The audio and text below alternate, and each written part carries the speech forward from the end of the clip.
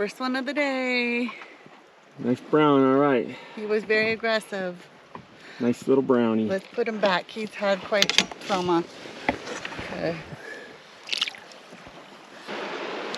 This has got another big one on.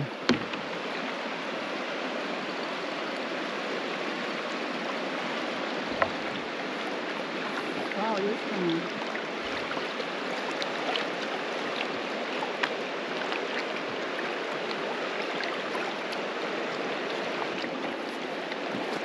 These ones are getting me nervous now.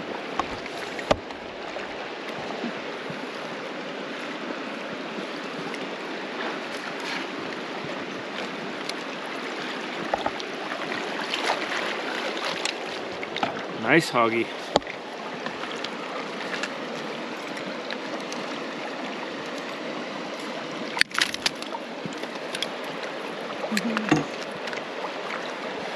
It's a nice hook nose. Yeah, he is, isn't he? Yeah.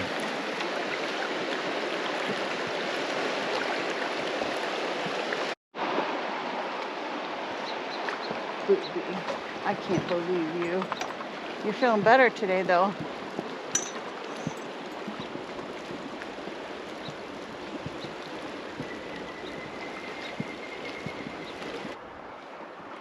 These ones here are biting it.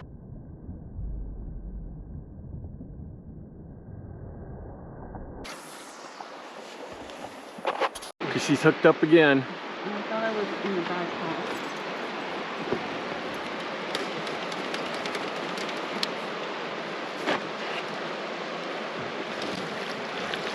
Just a little guy.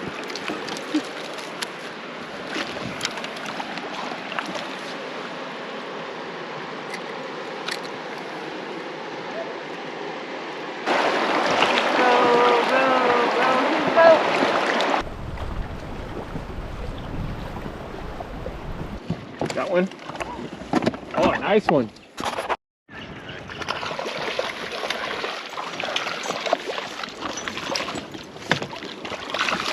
Yeah.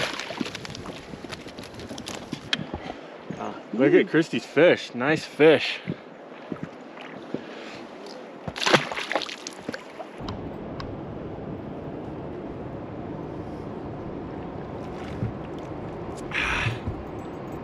Time for the big one. Red wash. Red creek, red canyon, red something. Anyways, guess it can be gnarly at times. Hopefully we're gonna make it through it just fine. If you see this video, it means we lived.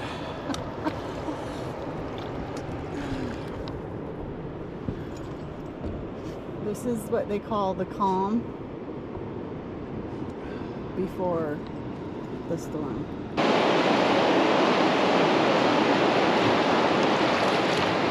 Bobby, are you nervous? He's got the eye of the tiger.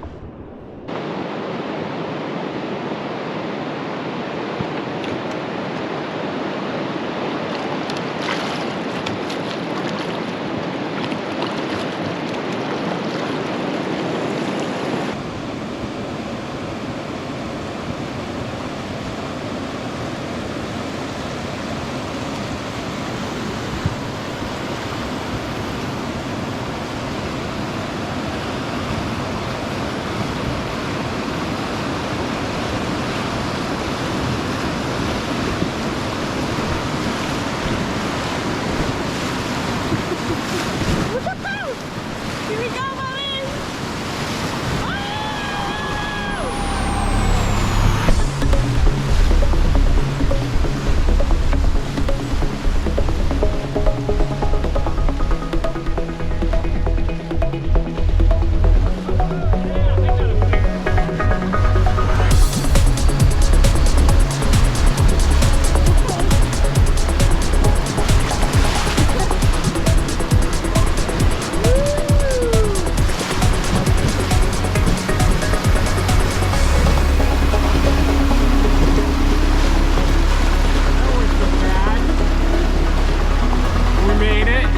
Get to see this video after all. Bobby, you didn't like it. Bobby. Ruby didn't like it. He wanted to retreat.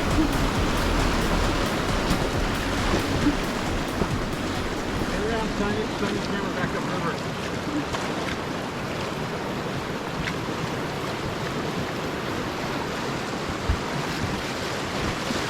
Did you like it, babe? Yeah. Was that fun? It wasn't bad. It was funny, like, I hit a big rock in there, right in the Hold still.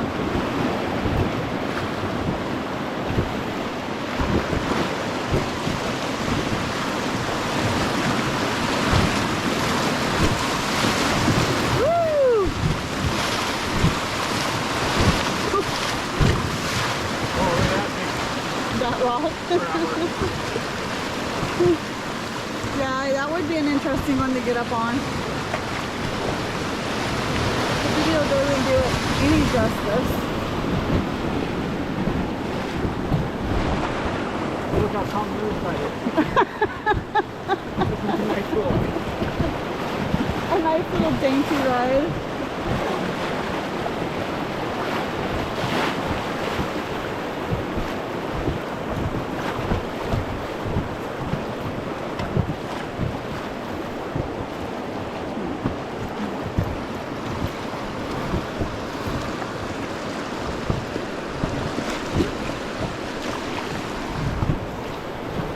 Yeah, they're just rolling right through it. No problems.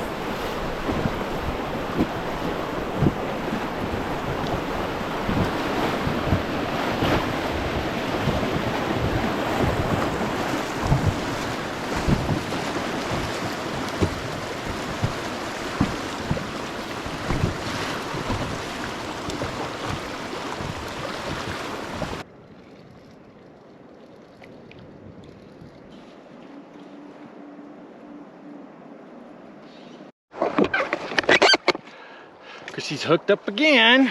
I can't even fish. She's hooked up all the time. Okay.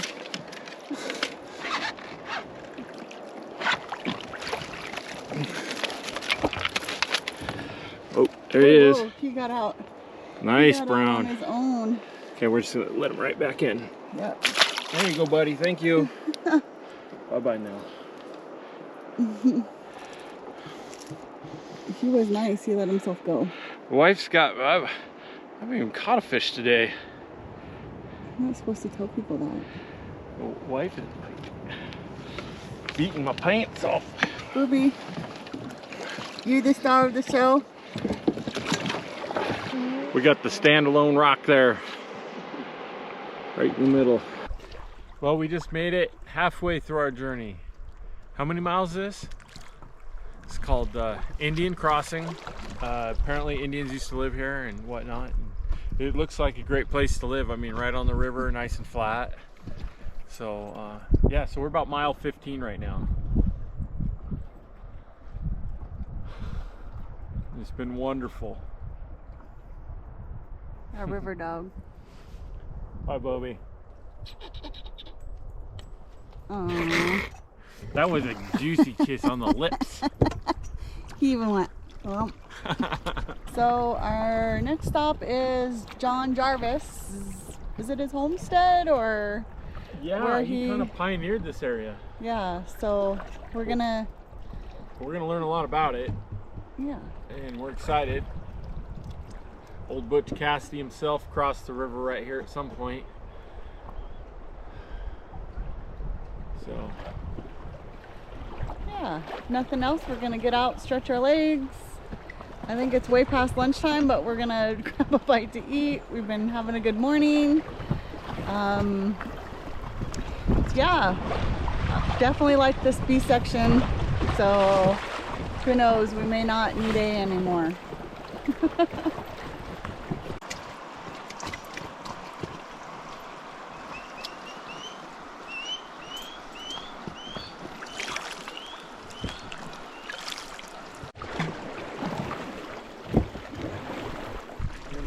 John Jarvis boat something or other, I don't know, day use.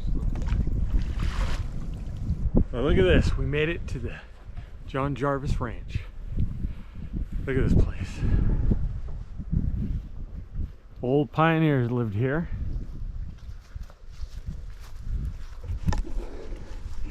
A nice little picnic area set up for visitors. Gonna have a bonfire. We're not. Someone will. Got our lunch. Yummy. Yummy.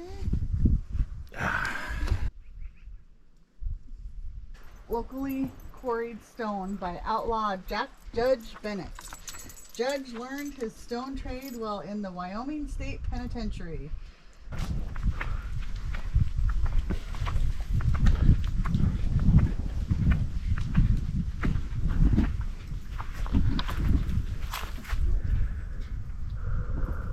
Vernal Express, newspaper, April 21st, 1898. To accommodate the settlers of Ashley Valley, who sometimes travel through the park and are short of cash, Mr. Jarvie announces that he will take any kind of farm product to pay for ferrying bills, which will be appreciated, no doubt, by a great many. Dugout, Jarvie's first home, constructed by Englishman Bill Lawrence in 1880. It was lived in for about 1 year, then later became a storage cellar after Jarvie built a 3-room log house. The dugout in later years also served as a hiding place for Brown's Park Notorious, Transients, Butch Cassidy, and the Wild Bunch. I want to be part of Butch Cassidy's and Wild Bunch. John Jarvis created this water wheel. It's pretty cool. I'd be proud if it was mine. It's 16 feet in diameter. It's 4 feet wide. It has these buckets made of metal. We dump water into this flume, into this duct, out to his neighbor's garden and his garden, and you know, maybe his fields. It's pretty cool stuff. I mean, there's some real Wild West history here. So around the year 1880, John built this corral for his livestock, and they used these railroad trusses that had come floating down the river, and he'd hewed the ends of all these so they would fit in the corner joints right through here. I mean, have you ever seen a corral so heavy duty? Look at this thing. It's fabulous.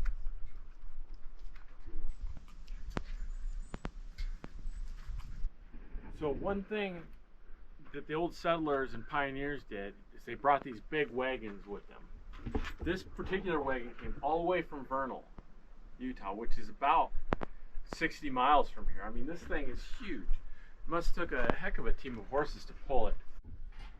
So if you check out some of the old farming implements that John Jarvie might have used here on his ranch, or ones that are similar, some of these ones have been donated by particular people, but this is pretty close to the era that this guy lived in. And I'll tell you, you walk behind something like this all day, it'll teach you something, what hard work's all about.